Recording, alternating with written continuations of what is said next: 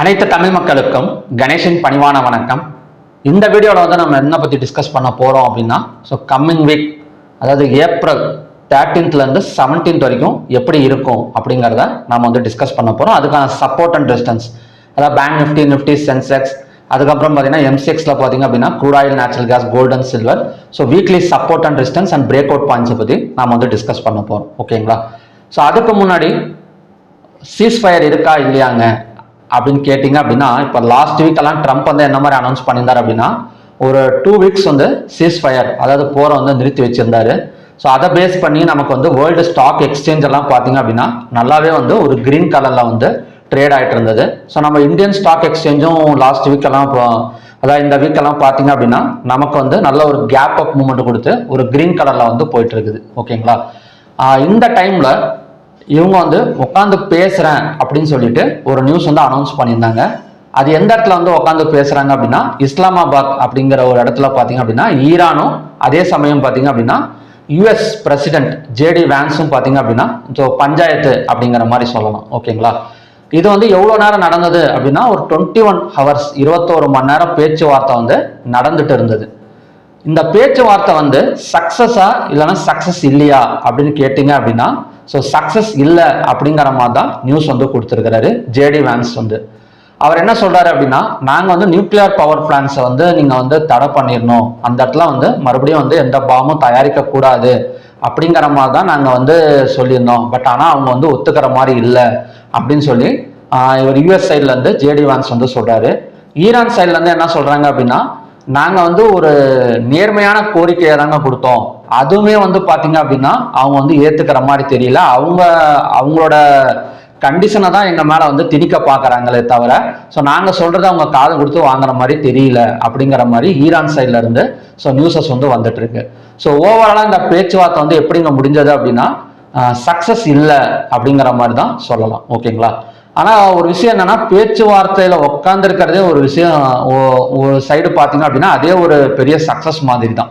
ஏன்னா இத்தனை நாளா பாத்தீங்க அப்படின்னா மாச கணக்குல வந்து போர் நடந்துட்டு இருந்தது. போர் நடந்துட்டு இருக்கிறப்ப அப்பவே பாத்தீங்க அப்படின்னா நிறைய தடவை பேச்சுவார்த்தைகள் அடிபட்டது. பட் பெருசா வந்து உட்காந்து பேசல. பட் இந்த தடவை உட்காந்து பேசியிருக்கிறாங்க. இந்த மாதிரி பேசுறப்ப என்ன மாதிரி ஒரு சிச்சுவேஷன் கிரியேட் ஆகும் அப்படின்னா, இவங்களோட டிமாண்ட் இவ்வளவுதான், என்னோட டிமாண்ட் இவ்வளவுதான் அப்படின்னு ரெண்டு பக்கமுமே வந்து உட்காந்து பேசுறப்ப கண்டிப்பா வந்து ஏதாவது ஒரு ரிசல்ட் வந்து கிடைக்கும். இது ஃபர்ஸ்ட் பேச்சுவார்த்தைங்கனால எந்த ஒரு ரிசல்ட்டும் கிடைக்கல. கூடிய சீக்கிரத்துல இன்னொரு பேச்சுவார்த்தையும் நடக்கிறதுக்கான ஒரு பாசிபிலிட்டிஸ் வந்து இருக்கு. சரிங்க, இந்த பேச்சுவார்த்தை இன்னொன்னு நடக்கும், அது வரைக்கும் ஃபைட்டிங் நடக்குமா அப்படின்னு கேட்டீங்க அப்படின்னா கொஞ்சம் குறையறதுக்கு தாங்க பாசிபிலிட்டி இருக்கு. ஏன்னா இப்ப இவர் ஜேடி வான்ஸ் வந்து இவர் கிளம்புறப்ப என்ன சொல்லியிருக்காரு அப்படின்னா, நாங்க பாகிஸ்தானை விட்டு கிளம்புறோம், எங்களுக்கு வந்து திருப்தி இல்லை, இது வந்து ஒரு பேட் நியூஸ் மாதிரி கிரியேட் ஆயிருக்கு அப்படிங்கிற மாதிரி சொல்லிட்டு கிளம்பி இருக்கிறாரு. இன்னும் டிஸ்கஷன் எல்லாம் நடக்கும். அடுத்த பேச்சுவார்த்தைக்கான டேட் வந்து கொடுப்பாங்க அப்படிங்கிறது தான் என்னோட பாயிண்ட் ஆஃப் வியூ. ஓகேங்களா? உங்களுக்கு என்ன மாதிரி தோணுது அப்படிங்கிறத மறக்காம வந்து கமெண்ட் செக்ஷன்ல வந்து டைப் பண்ணுங்க. இப்போ இந்த மாதிரி சூழ்நிலையில ஃபைட்டிங் நடக்குமா, போர் நடக்குமா அப்படிங்கிறத பார்க்கலாம், இந்த மாதிரி வந்து ட்ரம்ப் வந்து முடிவு பண்றாரு அப்படின்னு. பட் இன்னொரு பேச்சுவார்த்தைக்கான டேட்டு கொடுத்தாங்க அப்படின்னா கண்டிப்பா போர் மறுபடியும் ஸ்டாப் ஆகிறதுக்கு சான்சஸ் வந்து நிறைய வந்திருக்கு. ஓகேங்களா? இந்த பேச்சுவார்த்தைனால ஒரு கேப் டவுன் வந்து கிரியேட் ஆகுமா அப்படின்னு எல்லாத்துக்குமே தோணும். ஓகேங்களா? கண்டிப்பா வந்து கொஞ்சம் செல் சைடு ஓப்பன் ஆகக்கூடிய சான்சஸ் இருக்கு. அது எந்த இடத்துல ஓப்பன் ஆனா எப்படி மூவ்மெண்ட் கொடுக்கும் அப்படிங்கிறத நம்ம வந்து டெக்னிக்கல் வைஸா வந்து பார்க்கலாம். ஓகே, அது மட்டும் இல்லாம கம்மிங் வீக்ல எல்லாம் பாத்தீங்க அப்படின்னா நமக்கு என்ன சொல்றதுன்னா Q4 ரிசல்ட்ஸ் எல்லாம் நிறைய கம்பெனிஸ் இருக்கு. Q4 ஹைவேட்டட் ஸ்டாக்ஸ் எல்லாம் Q4 ரிசல்ட்ஸ் இருக்கு. அதன் மூலியமா கொஞ்சம் வந்து மார்க்கெட் வந்து ஒரு பாசிட்டிவ் போகிறதுக்கான சான்சஸ் வந்து நிறையவே இருக்கு, பார்க்கலாம். நெக்ஸ்ட் வந்து FIDI டேட்டா. இது வந்து நான் ரொம்ப நாளா வந்து சொல்லிட்டு இருக்கேன். கிட்டத்தட்ட 22 ட்ரேடிங் டேஸ் 26 ட்ரேடிங் டேஸுக்கு அப்புறம் நமக்கு வந்து FIDI சேர்ந்தாப்புல பை பண்ணியிருக்கிறாங்க. அதாவது இதுக்கு முன்னாடி எல்லாம் பார்த்தீங்க அப்படின்னா பிப்ரவரி மாதம் நினைக்கிறேன், பிப்ரவரி மாதம் 25th ரெண்டு பக்கமே பையிங்ல இருந்திருக்காங்க. அதாவது 2991 கோடி ரூபா இந்த இடத்துல பார்த்தீங்கன்னா தெரியும். அதே மாதிரி டிஐஸும் பார்த்தீங்க அப்படின்னா ஒரு 5118 கோடி ரூபா பையிங்ல இருந்திருக்காங்க. இத்தனை ட்ரேடிங் டேஸுக்கு அப்புறம் 10th ஏப்ரல் வெள்ளிக்கிழமை மட்டும்தான் ரெண்டு பேருமே வந்து பையிங் சைட்ல வந்து இருக்கிறாங்க. 672 கோடி ரூபா, 410 கோடி ரூபா. எப்பவுமே இந்த மாதிரி ரெண்டு பக்கமுமே ரொம்ப இந்த மாதிரி செல்லிங்கே பண்ணிட்டு வரப்ப எஃப்ஐஎஸ் வந்து பையிங் பண்ண ஆரம்பிச்சாங்க அப்படின்னா அடுத்த நாள் வந்து கொஞ்சம் பாசிட்டிவ் போகலாம், அப்படி அடுத்த ட்ரேடிங் செஷன் வந்து பாசிட்டிவ் போகலாம் அப்படிங்கிறது ஒரு ஹிண்ட்டு. பட் இந்த நியூஸ் மூலியமா பார்த்தீங்க அப்படின்னா கொஞ்சம் செல்லிங் நடக்கும். பட் செல்லிங் நடந்தாலும் ரெக்கவரி ஆகிறதுக்கான சான்சஸ் இருக்கு. அது ஏன் எப்படிங்கிறத நம்ம டெக்னிக்கல் வைஸை வந்து பார்க்கலாம்.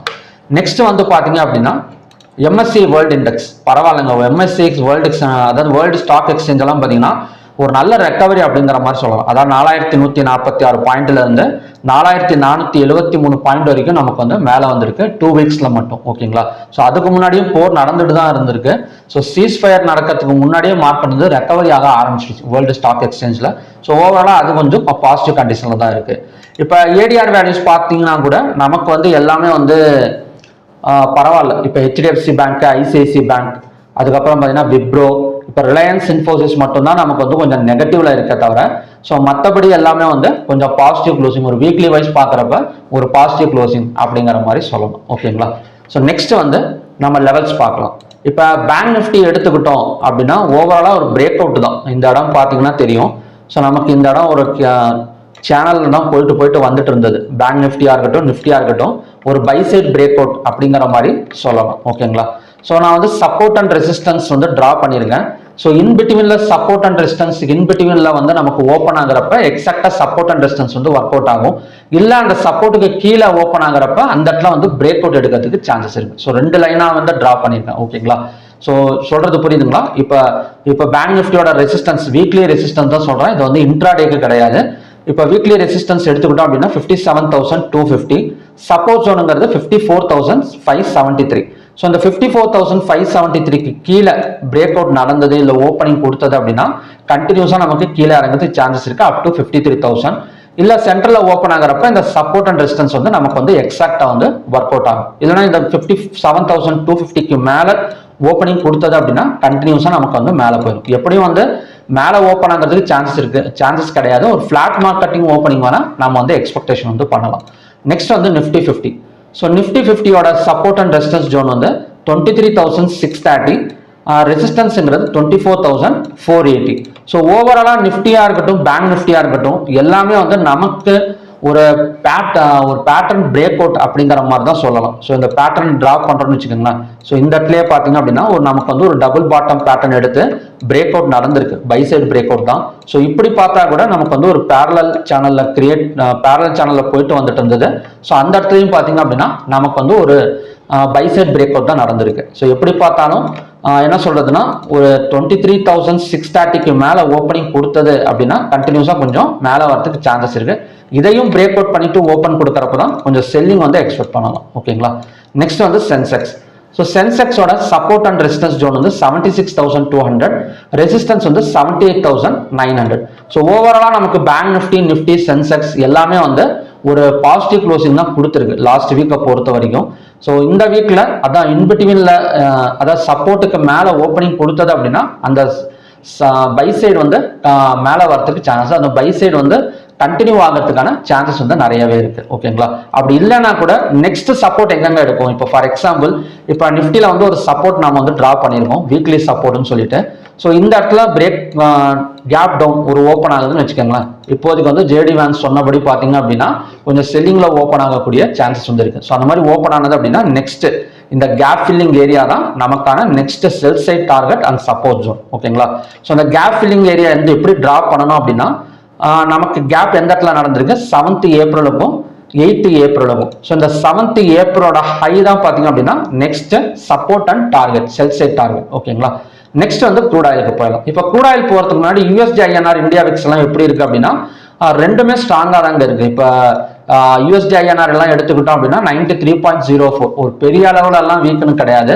அதுக்கு முன்னாடி எல்லாம் 95 எல்லாம் இருந்தது. ஸோ லாஸ்ட் வீக் எல்லாம் 92, 92.50, 93. ஸோ அந்த மாதிரி தான் இருக்கு. யூஎஸ்டி ஐஎன்ஆர் ஸ்ட்ராங்காக தான் இருக்கு.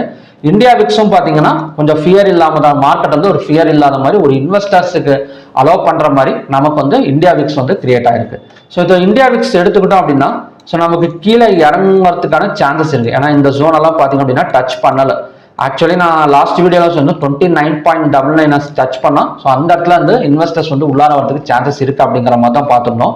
எக்ஸாக்டா அதுக்கு முன்னாடி இருந்தே நமக்கு வந்து இன்வெஸ்டர்ஸ் உள்ளார வந்திருக்காங்க. ஸோ லோவை பிரேக் அவுட் பண்ணிட்டு இன்னும் 15 ஒரு 10 எல்லாம் வந்தது அப்படின்னா நிஃப்டி தொடர்ந்து நமக்கு வந்து மேலே வரும். ஸோ இப்போ வந்து இவர் சொல்லியிருக்கிற நியூஸ் வந்து என்ன சொல்றது அப்படின்னா இன்னும் கொஞ்சம் டிஸ்கஷன் இருக்கு. ஜேடி வேன்ஸ் சொல்லியிருக்கிற நியூஸே வந்து பாத்தீங்க அப்படின்னா இன்னும் கொஞ்சம் டிஸ்கஷன் இருக்கு. இன்னும் ட்ரம்ப் சைடுல இருந்து ஒரு பெரிய அனௌன்ஸ்மெண்ட் வந்து இன்னும் வரல.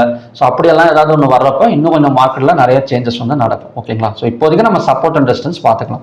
நெக்ஸ்ட் வந்து க்ரூட் ஆயில். இப்போ க்ரூட் ஆயில் எப்படிங்க இருக்கும் அப்படின்னா இந்த பேச்சுவார்த்தை ஃபெயில் ஆனால் நமக்கு தெரிஞ்சது தான் மறுபடியும் அகைன் வந்து டிமாண்ட் போகிறதுக்கு சான்சஸ் இருக்கு. ஓகேங்களா? ஸோ ஆல்ரெடி நம்ம வந்து ஒரு இன்வெர்டட் ஹேமர் கேண்டல் வந்து ஃபார்ம் ஆயிருந்தது. So Thursday. ஸோ அதை பேஸ் பண்ணி க்ளோஸுக்கு மேலே ஓப்பனிங் வச்சா பை சைடு ஃபோக்கஸ் பண்ணலாம் அப்படிங்கிற மாதிரி பார்த்தோம்னா எக்ஸாக்டாக 9344 வரைக்கும் வந்திருக்கு. ஸோ கம்மிங் வீக்கோட வீக்லி சப்போர்ட் அண்ட் ரெசிஸ்டன்ஸ் வந்து 8477, ரெசிஸ்டன்ஸ் ஜோனுங்கிறது 9828. ஸோ எப்படியும் ஒரு டோஜி கேண்டல் வந்து ஃபார்ம் ஆயிருக்கு. ஸோ டோஜி கேண்டல்னா என்னன்னா பையர்ஸ் அண்ட் செல்லர்ஸ் வந்து காம்படிஷன் அதிகமாக இருந்தது அப்படின்னா தான் டோஜி கேண்டல் வந்து ஃபார்ம் ஆகும். டோஜி கேண்டலோட ஸ்பெஷாலிட்டி என்னன்னா ஹையை பிரேக் அவுட் பண்ணிட்டு ஓப்பன் ஆனால் கண்டினியூஸாக அந்த ரெசிஸ்டன்ஸ் வரைக்கும் நாம வந்து எக்ஸ்பெக்ட் பண்ணலாம். அதாவது 9828 வரைக்கும். இல்லை லோவை பிரேக் அவுட் பண்ணால் அங்கேருந்து கண்டினியூஸாக செல்லிங் வந்து சான்சஸ் இருக்கு. ஸோ அதோட டார்கெட் வந்து 8477. நெக்ஸ்ட் வந்து நேச்சுரல் கேஸ் பார்க்கலாம். இப்போ நேச்சுரல் கேஸ் நமக்கு வந்து செல்லிங் தான். ஏன்னா ஆல்ரெடி இந்த இடத்துலயே பிரேக் அவுட் நடந்துருச்சு. இந்த இடம் பார்த்தீங்க அப்படின்னா பிரேக் அவுட் 253.2.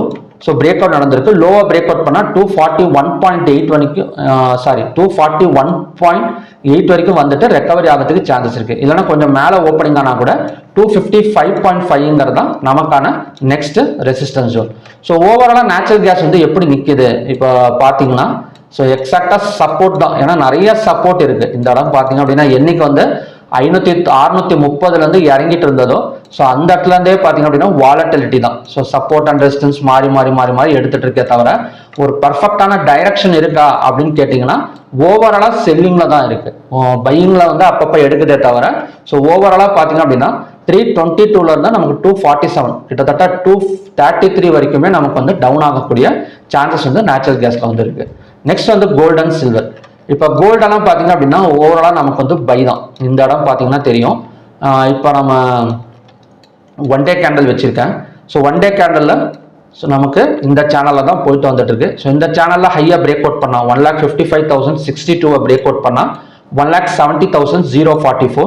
இல்லை அப்படின்னா கூட பை சைடு மட்டும் ஃபோக்கஸ் பண்ணலாம். கோல்டை வந்து செல் சைடு ஃபோக்கஸ் பண்ணுறத விட இந்த ஹையாக பிரேக் அவுட் பண்ணால் 1,70,044 வரைக்கும் வந்துட்டு ரெசிஸ்டன்ஸ் எடுக்கிறதுக்கு சான்சஸ் இருக்கு.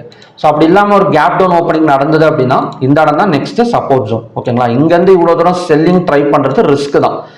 கோல்டை பொறுத்த வரைக்கும் இந்த ஜோனில் செல்லிங் ரிஸ்க் தான். இந்த ஹையாக பிரேக் அவுட் பண்ணாங்கன்னா ஸோ நம்ம வந்து 1,70,044 வரைக்கும் ரெசிஸ்டன்ஸ் வரைக்கும் கோல்டு வந்து என்ன சொல்றது அப்படின்னா பை வந்து போகிறதுக்கு சான்சஸ் இருக்கு. நெக்ஸ்ட் வந்து சில்வர். இப்போ சில்வரும் அதே மாதிரி தான். பை சைட் பிரேக் அவுட் பண்ணுறது 2,46,453. So next target and resistance வந்து 2,90,412. ஓகேங்களா? ஸோ இதுதான் பார்த்தீங்க அப்படின்னா கம்மிங் வீக்கோட M6ஓட support and resistance level, weekly support and resistance level. So அந்த சப்போர்ட் அண்ட் ரெசிஸ்டன்ஸை தாண்டி வந்து ஓப்பன் ஆகிறப்ப அந்த இடம் வந்து பிரேக் அவுட்டாக வந்து நம்ம எடுத்துக்கலாம். ஓகே. ஸோ ஓகே ஃப்ரெண்ட்ஸ், பார்க்கலாம். இப்போ இருக்கிற Q4 ரிசல்ட்ஸும் வந்துட்டு இருக்கு. இப்போ Q4 ரிசல்ட்ஸ் பார்த்தீங்க அப்படின்னா நெக்ஸ்ட் வீக் எல்லாம் கொஞ்சம் இருக்கிறதுனால வாலட்டிலிட்டி அண்டு ஒரு சின்ன சின்ன கேப் டவுன் விழுந்தா கூட அங்கேருந்து மறுபடியும் ரெக்கவரி ஆகிறதுக்கு சான்சஸ் வந்து இருக்கு. ஓகேங்களா? ஏன் அப்படின்னா நமக்கு வந்து ருப்பி ஸ்ட்ராங்காக இருக்கு. ஸோ ருப்பி வந்து வீக்காக விட மாட்டாங்க. கவர்மெண்ட் வந்து பார்த்தீங்க அப்படின்னா எப்போ 95 டச் பண்ணுறப்பயே RBI வந்து ஒரு சில டாலர் எக்ஸ்சேஞ்சுலாம் ரெஸ்ட்ரிக்ஷன் கொடுத்துருந்தாங்க. ஸோ மறுபடியும் ஏதாவது ஒன்று இப்போ ஏசியன் டெவலப்மெண்ட் பேங்க் வந்து பார்த்தீங்க அப்படின்னா 6.95% வரைக்கும் FY27 வந்து நாங்கள் எதிர்பார்க்குறோம் அப்படிங்கிற மாதிரி சொல்லியிருக்கிறாங்க. ஸோ ஓவராலாக எப்போல்லாம் ருப்பி ஸ்ட்ராங் ஆகுதோ அப்போல்லாம் ஏதாவது ஒரு ரூல்ஸை கொண்டு வந்து ஸோ இன்வெஸ்டர்ஸ் வந்து உள்ளார கொண்டு வரதுக்கு இந்தியா வந்து ரொம்பவே முயற்சி பண்ணிட்டு இருக்கு அப்படிங்கிற மாதிரி சொல்லலாம். ஓகேங்களா? ஸோ அதனால நம்ம ஒரு போர் நியூஸ், இப்போ போர் நிறுத்திட்டு பேச்சுவார்த்தையும் நடந்திருக்கு. பேச்சுவார்த்தைங்கிறது இப்போ வந்து ஒரு நெகட்டிவ் அப்படிங்கிற மாதிரி சொல்லியிருக்கலாம். பட் இருந்தாலும் அடுத்தடுத்த நியூஸ் நமக்கு கொஞ்சம் பாசிட்டிவ் நியூஸ் வந்தால் கூட மறுபடியும் ரெக்கவரி ஆகிறதுக்கு சான்சஸ் வந்து இருக்கு. ஓகேங்களா? ஸோ பார்க்கலாம் எந்த மாதிரி வந்து நடக்குது அப்படின்னு. ஸோ ஓகே ஃப்ரெண்ட்ஸ், மறுபடியும் பார்த்தீங்க அப்படின்னா நெக்ஸ்ட் வீக் ப்ரெடிக்ஷன் வீடியோவில் நாம் வந்து மீட் பண்ணலாம். Thank you very much.